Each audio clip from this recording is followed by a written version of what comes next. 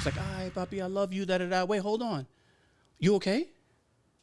And I'm like, yeah. I just called to tell you that I love you. And whenever you call me, I'm here for you. And she broke down. And she was like, yo, I'm sorry for the things I did and da-da-da. And I'm on this call like, is this a breakthrough? That's what Landmark is about. Having a breakthrough, this life struggle thing. Is this a breakthrough that I'm having right now? Is this it?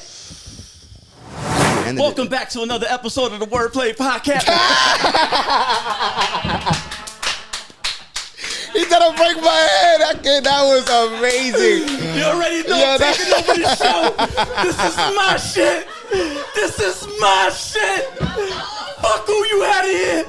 This is my show.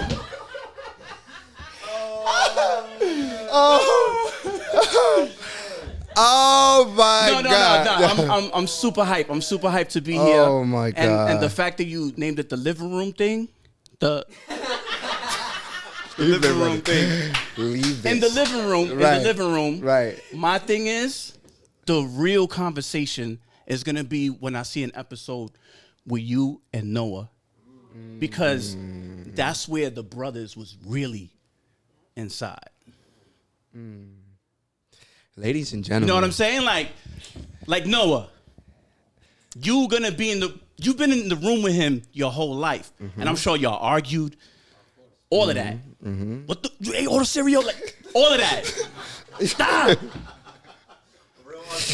I mean, look. So that's the episode I'm waiting for. So if you didn't have it in mind, it's happening. This is In the Living Room podcast, hosted by Swellicus, where we laugh, where we learn, laugh, and heal.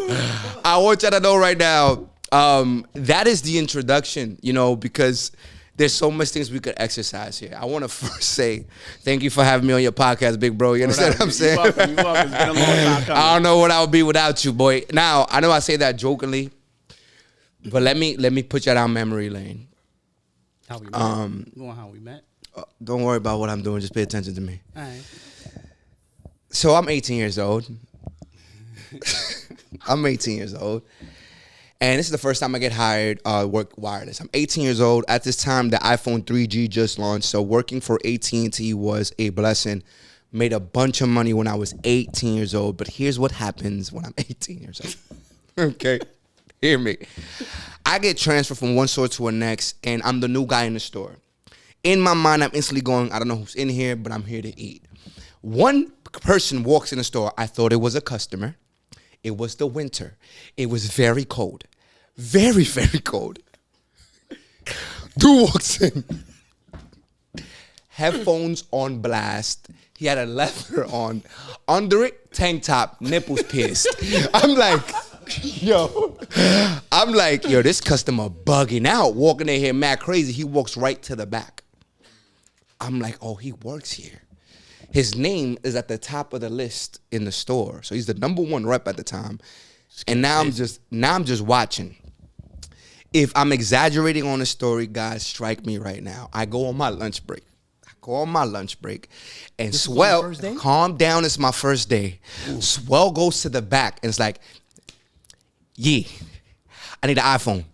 The manager is about 6'1", 6'2". His name is Diego. Shout out to Diego. Hope everything's good with you and your family. Diego's kind of tall. We're like 5'10". Yeah. He's like, let me get an iPhone. Diego says, well, where's your accessories? They want to make sure that we're doing things before we get a phone. Swel goes, nah. He's like, you know what, Swel, I'm going to get the phone. He grabs the phone and hands him the phone.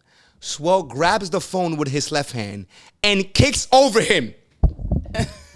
Leg over his head with the other leg and holds it and goes, nah, and walks out the room. I'm on lunch. And that awkward silence hit. And I'm like, does he always do that? He does. He goes, no, yeah, that dude is crazy. So instantly I go, that's my man. I got to make him my friend. If the dude's 220, he could kick over a dude 6'1", he's my boy. After that, I see him kind of do a dance move on the sales floor. And I'm like, oh, and this big motherfucker could dance. He was locking, like real quick. He did it quick, subtle. I caught it. I'm like, oh, shit. He could dance. And I'm going to give you that story right now after that. But I want to say, we then, moments later, Swel doesn't really open up to a lot of people. We clicked instantaneously. Instant brother. And here's what I want to take the moment to say. Swel drove me home one day. And I was 18, maybe 19 years old, bro. And I don't know if I've ever said this to you. Sometimes you think about why you meet people at the time you meet them, etc. And God knows all I wanted to do was get around people who travel the world, who saw $1 million, who are these people, what they look like, to then meet you and sit in a car with you for 3 hours. Got signed at 15 years old to a label at the Arsonist from Brooklyn. Got signed for $1 million. Dance better than everybody I know and their mother, and can beat you up. Stupid. With no problem. My son is dead nice. I've never had someone pour into me at that age the way you did. It's the first of many big brother figures that I've never had. Right. And the way you trusted me in that car to give me your life. Because I told you things I never told anybody before. Instant brother. And Right. I love this man forever. For life. That's for real. Swellicus, the arsonist, Lopez. Bro, how you feeling, baby? How you feeling? So I didn't get signed when I was 15. I put out my first record when I was 15, but we weren't signed. We did it independently. So what happened was Bobito from Stretch and Bob. Don't tell people, no, okay, Bobito from Stretch and Bob, he's name dropping right now. My friends are mad cool. Go ahead. He put out my first record, right? So I'm 15 at that time. So just imagine I'm still in high school. And back then, it wasn't digital. It was literal. Like, you had to have something to sell. And I was so hyped being in high school, walking around with my record. I used to walk to school with my record. Like, yeah, y'all rap, cool. Check this out. You can play my record. You know what I'm saying? My record was being played on Hot 97. I was in magazines. And people would think I was famous, and I really wasn't. It was just like starting to bubble up. And by the time I was like 19, we had enough buzz to get signed through a label, and that's how it happened. We had put out 3 records. We put out 3 records before we even got signed, before anybody even looked at us. 3 records, bro. People put out like 1 million and records. we was doing tours off of 1 record. Our first record, we was already doing Europe tours. Wait, it was what? unheard of. People were never doing that. Wait, how did you do that? Let's talk about that. Our buzz was so crazy. All right, so what we would do is go to open mics in Manhattan, and then we would look at every open mic that was going on, and instead of going to do an open mic set, we would do a show. And people didn't know that we were gonna go do a show. It was just an open mic, and we was actually doing like a full set. And then people started hearing about that and saying, yo, come do it in Brooklyn. Come do it in the Bronx. Come do it. So we was hitting up all the open mics. Then we started going to Jersey. Then we started going to Connecticut. It started getting bigger and bigger in our name. We didn't have no records out, but we was doing shows like if we had a whole album. And Bobito was like, yo, come on the radio show. And when we went on the radio show, people would just usually rap. And we just did a show on the radio show. Like we rehearsed for it. In Destroy's crib, we rehearsed. And for the record, the Arsonist group, y'all were like, how big? We got 6 There artists? was 13. There was 13 of us. y'all. And then by the time we got signed, there was only 5 of us. Jeez. So when this time comes and y'all perform at these open mics, it's 13 of y'all? Yeah, we was like the next Wu-Tang. Jeez, bro. I didn't know it was that many. Yeah, it was 13. And then by the time we got signed, we was 5. It was 5 of us. So look, guys. Today you're gonna get a jam-packed episode of just stories upon stories upon story. Like this is gonna be the laugh episode. We're gonna get to the deep part too, but this is like the man has so much experience. He's gone through so much. By the way, if there's a person who wants to give me a headache about education of music, it's the guy I'm talking to, because he's really from it, right? Like I come from like, yo, this guy's dope. No, he's not, because he's not doing this, that, and the third. And it's like, Well, I'm sorry, Yeah, Dad. you know, it bothered me when people claimed that they was, you know, in the music industry and they really weren't. Yo, let them know Never they're not seen in the them- music industry. Never seen them on doing any tours, shows, even releasing any records.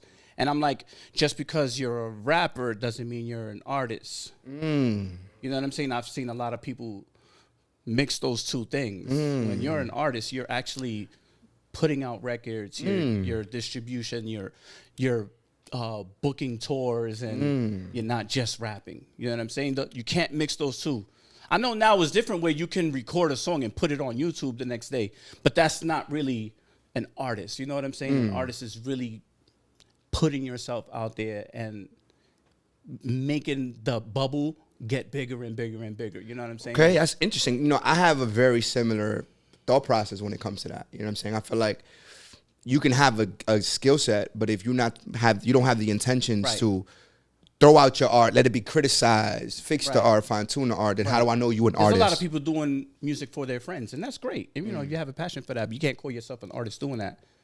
You know what I'm saying? Yeah, for So sure. you gotta like distribute your music out, find distribution, get somebody, work on a deal on that, and get it to the masses. Like once you're out there, and there's people who do it independently too. You can do that independently, but that's when you become an artist. When you're in these magazines and no one knows who the hell is this. We was in every Source magazine for like a year. What? You know what I'm saying? The Source every We almost year. made it to the cover there's a like towards the end there was a Jay-Z cover and our name finally got to the cover of the Source. And we was like right there, yo. We right We're there. Hove on there. So it's the same, to give people context, it's the same. So what year was this so people can understand, and we're speaking on time here? I think we got signed in 99. Fire. I think that's when we got signed. 99, bro. Yeah, So 1999. so look, you know, I'm just humbled to be, this is literally a walking, living legend. All right. So I want to just get to how I meet him and what it does for me as he's going through these experiences. Right. So at this time, Swell, when you're on tour and you're at the radio, you is 13. Or do you at one point think, yo, it's so many of us, am I not gonna make the cut? Am I the best in the group? Like, what are you feeling? Oh, completely the opposite of the best in the group. I was the youngest one, so I felt like, oh, I gotta go up against these people who's been doing this for years. And I was always intimidated, always scared, always quiet. Oh, do you see how I'm always open right now? I was not like that. I didn't speak for myself. I didn't speak up for myself. There was so many mistakes I made throughout the years and growing. And we got to remember, the first record was called The Session. I was 15, but we didn't record that then. It was like 2 or 3 years before that. So when you hear me, I sound like a chipmunk on that. I'm like 12, 13 years old when we recorded The Session. Yo, but how do you have the boldness to be 12? What do you learn to be an artist, rap, and say, yo, I'm 12, I could... That was the thing in the hood. Everybody was either doing something hip hop. And the best thing I could have done was rap. Got it. You know what I'm saying? And it was like, all right, I think I'm good at this. So I started doing that, and then Destroy started bringing me around and kept me around all these older dudes. So I'm like, I'm going to take a little piece of his style. I'm going to take some of his style. And I'm going to take some of his style, his energy, his hypeness. You know what I'm saying? And I I'm just... gonna put it in a blender. Yeah, and I It's my mixed everything smoothie. up. So I love that. always stood out in that form of way. Yeah, so it was crazy like that. So give me before I get so now I know you at 12 you're recording. Yeah, we was big When does- recording. when does- 11, 12 years old. We was Yeah, that's incredible. But here's my question: the way I met you is you literally kicked over a 6'1" guy, bro. remember him being that tall, Yo, right? no. He is. We'll look it up. He's like, he's I 6 don't feet. remember Diego's that. definitely taller than us. And he held the leg. Had the phone, held the leg, and then brought it down. Nah, and walked out. And I'm like, that's my man, you heard? Yo, there was a bunch of accessories on the wall, and I said, yo, Rob, I can kick Yo. this right here. No. No, you're not understanding. He was like, you're bugging. He was like, you're gonna knock everything down. I said, no, I can kick somebody in the face, and if I can tell you where I'm gonna kick you, I can kick there. Listen to me when I'm trying to think Yo, about. he was so bugging I was right bugged now. out. All right, but here's why. Because you can't really. If you're watching the video, as a matter of fact, let me do this now. If you have not liked or subscribed to this channel, Do us a favor. This helps the people. It gets to the like it, people. share it. We loving what we do here by just having genuine conversation, and you need this. So if you wanted to come up on your YouTube more often, hit the like, hit subscribe, call your mother. Have her watch it with you so she can see what we're doing, and subscribe to the damn thing. I'm tired of this stuff. So look, here's what I want to know, right? Because he robbed me from a story. We're going to get to the story. After I see Swel do this, I instantly go, I really got a superhero in front of me. So we're working, and the accessories are this close, though. Like, we're here, and he's pointing at a thing. In between it, there's a bunch of accessories. So I'm going, my man, that's impossible unless you got the leg. Remember Austin Powers? Where the leg, unless your leg is going to come like this, there's no way you're going to kick that and not hit all the accessories. And as I'm saying, he's like, I'm going to kick like this. And he kicked the shit. And like tapped exactly where he said he was going to hit and brought the leg down and then grabbed another fucking phone. It was like, yo, who made this, man, son?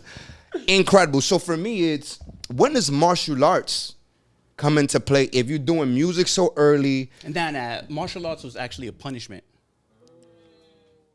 And I was always bad.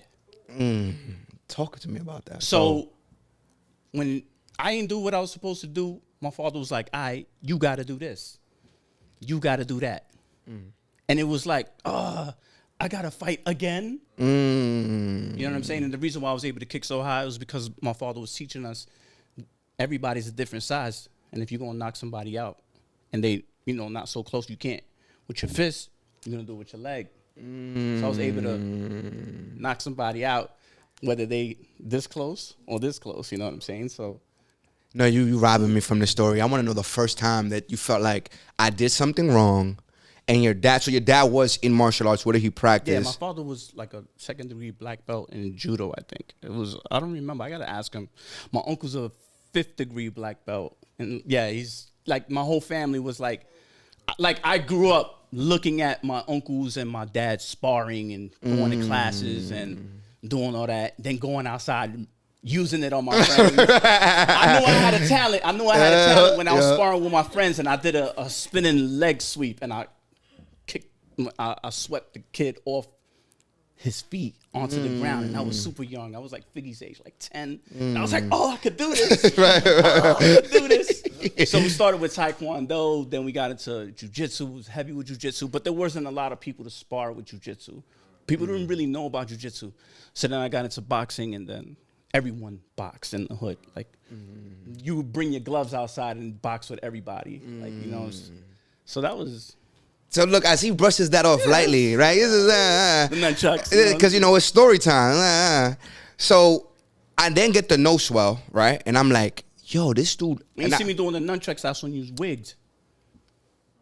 Listen to me. Yes. The day I spoke to this man for 3 hours in front of my building and I came home, I was such in of like awe state and like, how did this even happen? How does a man who, let's name drop, was on tour with Big Pun, who's been on tour with Busta Rhymes, who was Faramar's hype man, like traveled the world. Like, I go to Rocksteady and I'm walking with Swel and they're stopping Swel from the Arsenal, yo, you changed my life. And I'm like, yo, this the dude.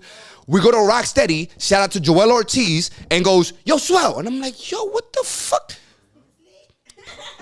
Who is this? We had a little buzz. He's known. We had a little buzz. And he works with me. You get what I'm saying? So I'm going the timing of, I leave the Bronx to come to the city and I meet a guy who's changing the way that I could even see the world, right?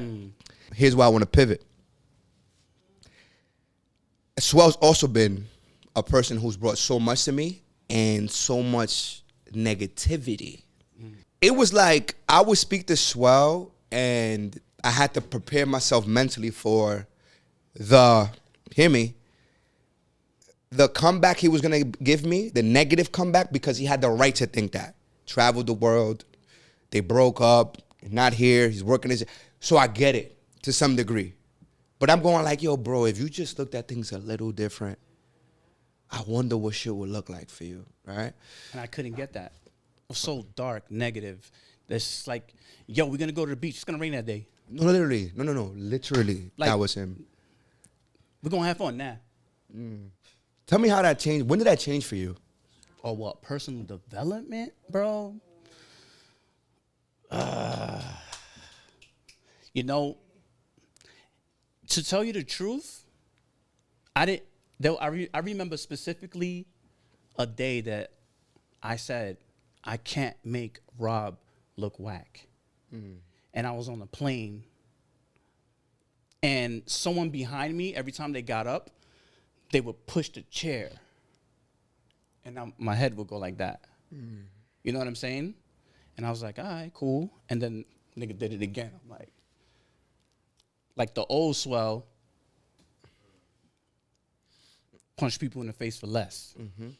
You know what I'm saying? No, it's facts. So I'm That's like, facts. this is the first event I'm going to that Rob is doing. And if I do this, I'm going to make him look whack.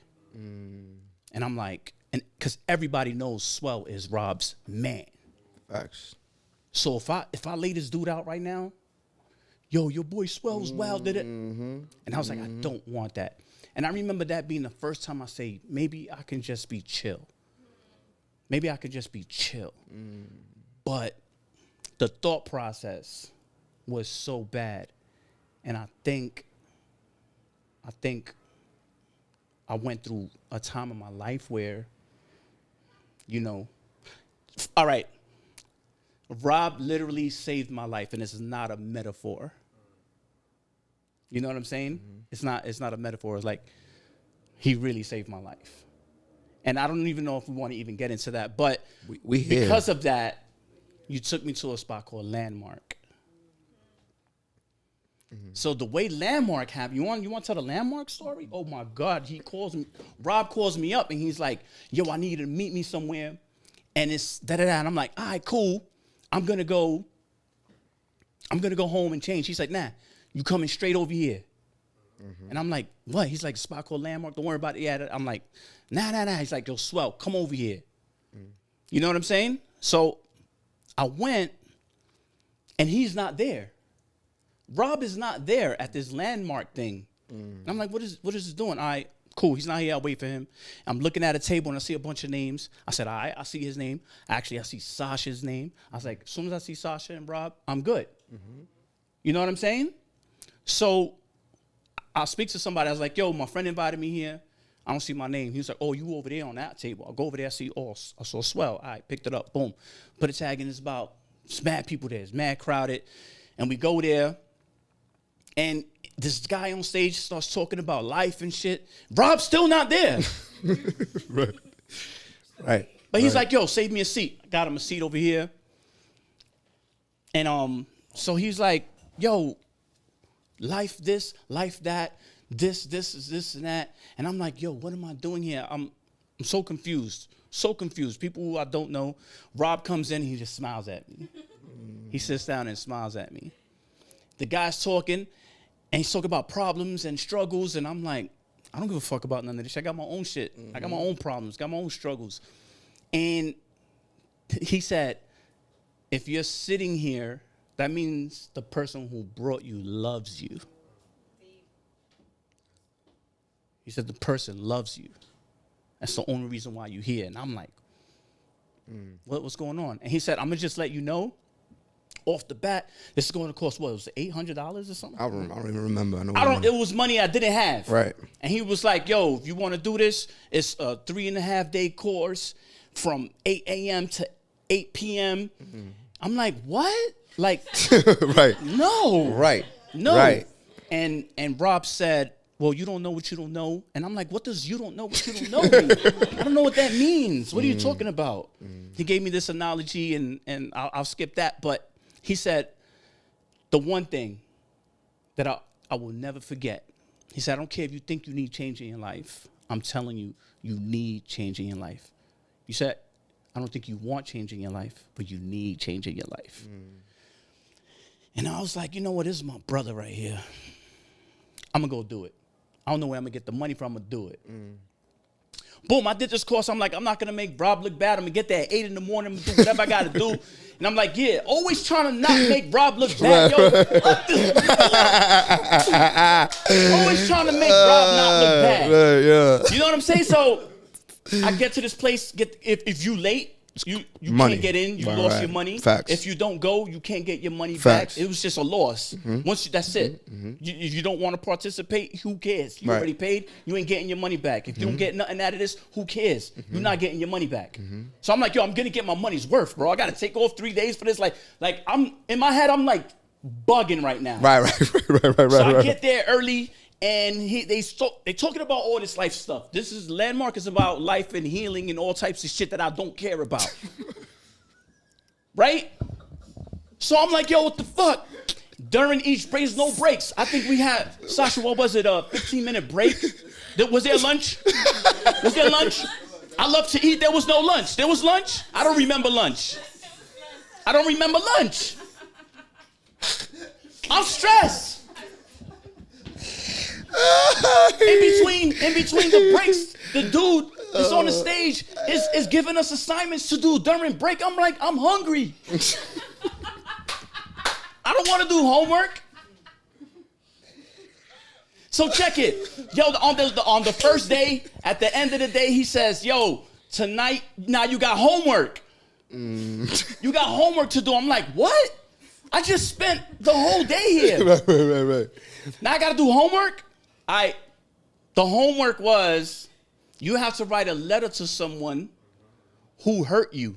You don't have to send it to them, but you have to express everything, how you feel, how they hurt you, what they did to you, everything. And I'm like, whoa, that's tough right there. Because everybody knows the relationship I've had with my moms has always been a love-hate relationship. And she's done so many things to hurt me. You know what I'm saying? As much as she loves me. I call her right now, like, Ma, I need the shirt off your back. Hurry up, give it to me. Boom. She got me. And that's the weirdest part.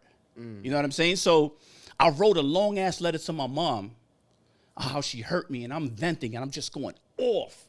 I'm cursing in it. You did this, you did that. I'll never forgive you, and blah, blah, blah. I'm going off. Closed the letter, put it away, gone, never sent it. The next day, I go in, and boom, boom, boom. On our first break, he says, all right, the assignment is you got to call somebody and tell them how you feel. So I'm going to do some Pulp Fiction shit right now. Quentin Tarantino. I'm going to go back. A few months before Landmark, I'm online to get into a club. And I'm like literally the next person in to get in on the line. And Rob calls me.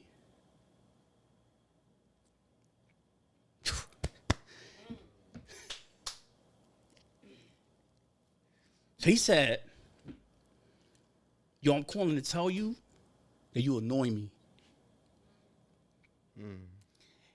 And lately, I don't know if you noticed, but whenever you call me, I ignore you. Because every time I pick up the phone, you bring my energy down. That shit hurt. I was like, fuck you talking about? Think I'm hype? I'm always like, fuck you. I remember that. I don't give a fuck. I'm me. But you my man. You dubbing me? Like, you're ignoring my calls? Yo, I went into the club. Oh, to piggyback off that, he said, but I'm calling to tell you I'm sorry and I love you. And from here on out, I'm never going to ignore you. So if you want to call me with your negative shit, I'm here for you. But I'm like, what is this nigga talking about? Like, yo, what are you talking about? That call, man. See, that's the thing. I was so bad that I didn't know that I was a dark, negative person. I thought I was just a realist. Like, nigga, it's gonna rain that day we go to the beach. We're not having fun. So I'm in the club, and I literally sat in a corner the whole night and cried. Boom. Quentin Tarantino, fast forward. Now, He says, you have to call someone who hurt you on your break. I'm not crying, Swel. Chill out. So he goes, this is it. You got to call somebody. And I'm like, I can't call Rob. Rob is busy. The only person I could call is my mom. And right now, we in a good place. We haven't fought in a long time. And then I thought about it. Every time my mom calls me, I ignore her. I'm just like my mom. Because whenever I pick up the phone, it's negative. She's saying something about some drama, some fight, something that I don't want to hear. And I am my mother. Whenever I avoid, I keep on copying. I end up copying, right? It's amazing. Go ahead, I'm listening. So I said, you know what? I'm going to call my mom. I really don't want to because we're in a good place, and I'm not trying to go back into this place, landmark, with negative energy. I'm feeling good actually right now. When I called my mom, she's going off with her negative shit. And I didn't, usually I'm like, yo, chill with that. Like, yo, I'm not here for that. Like, we start arguing. Don't talk to me like that. And I didn't do none of that. I just listened.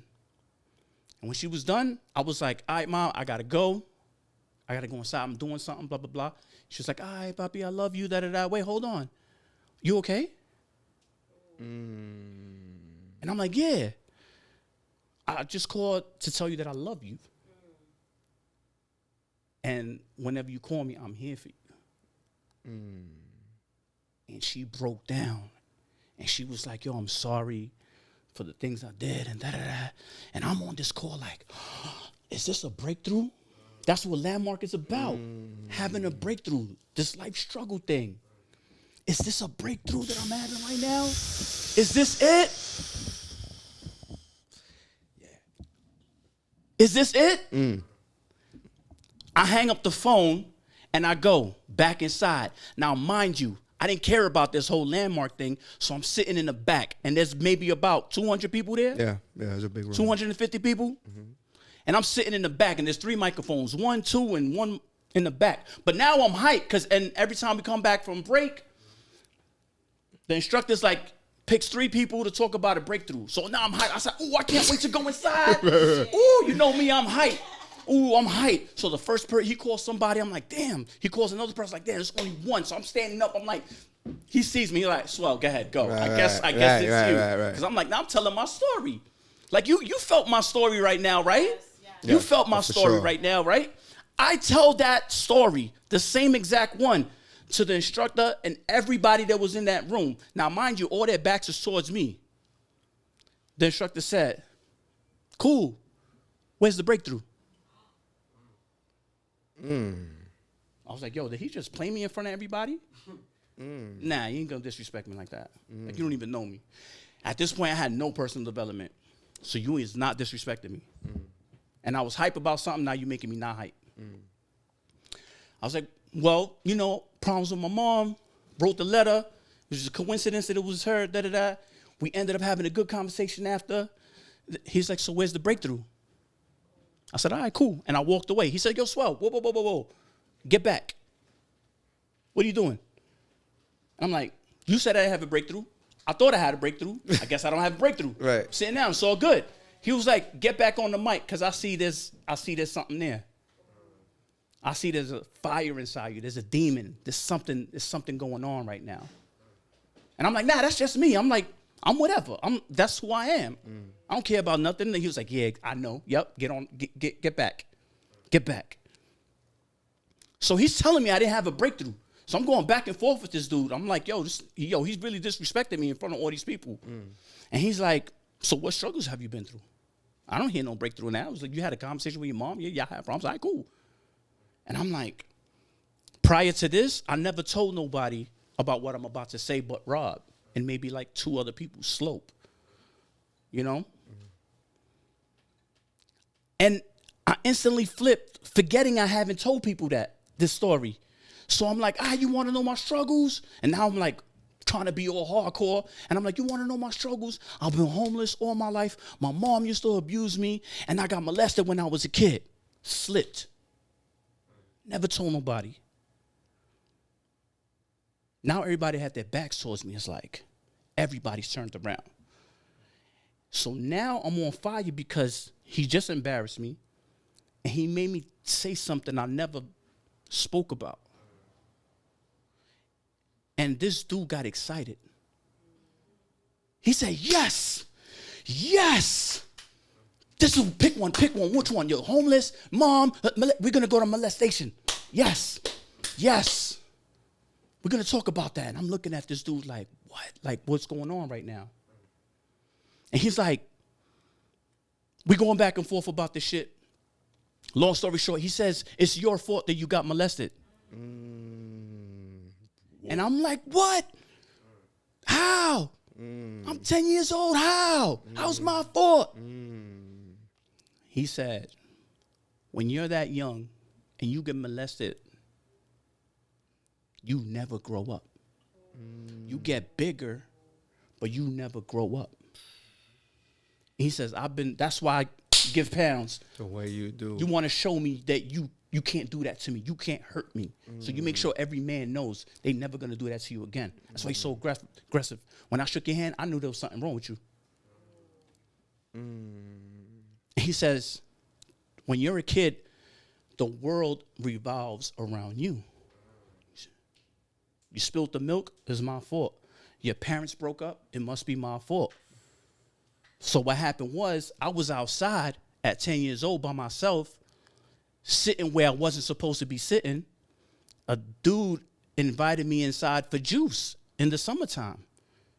I wasn't even supposed to be there. That was my fault. I shouldn't have been there. I went inside and got molested. That little kid never left. So I've been holding that in. When he said that, like I started like tearing up and like breaking down, and I started understanding where he was going. So now this whole macho thing just was out the window. So now he's talking to me, he's saying all this shit, and I instantly started crying, right? So now I'm crying in front of all these people, and I'm mad and embarrassed. And he screams at the crowd, what the fuck is wrong with y'all?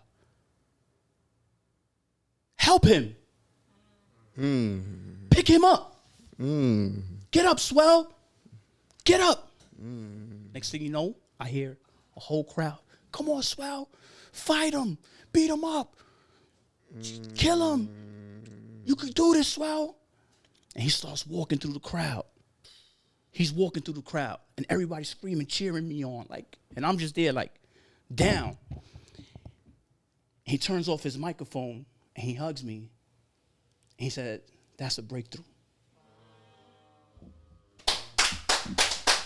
He said, I've been doing this for over 20 years and I haven't had a breakthrough like that. Thank you. You just made this seminar what it is.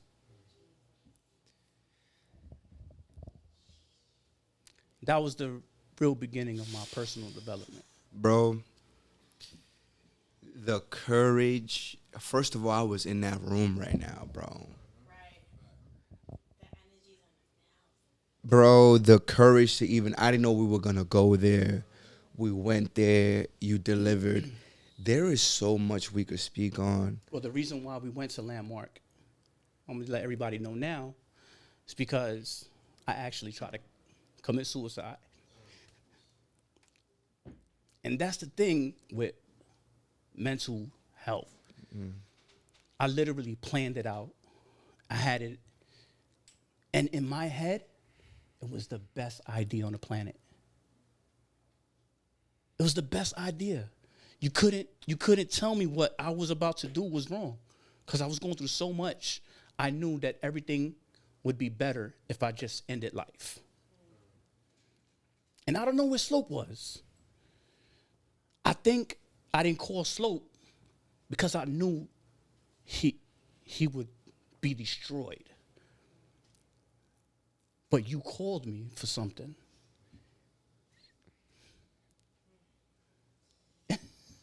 He happened to be Rob. He called me right when I was about to do it. Had it all planned out. And Rob convinced me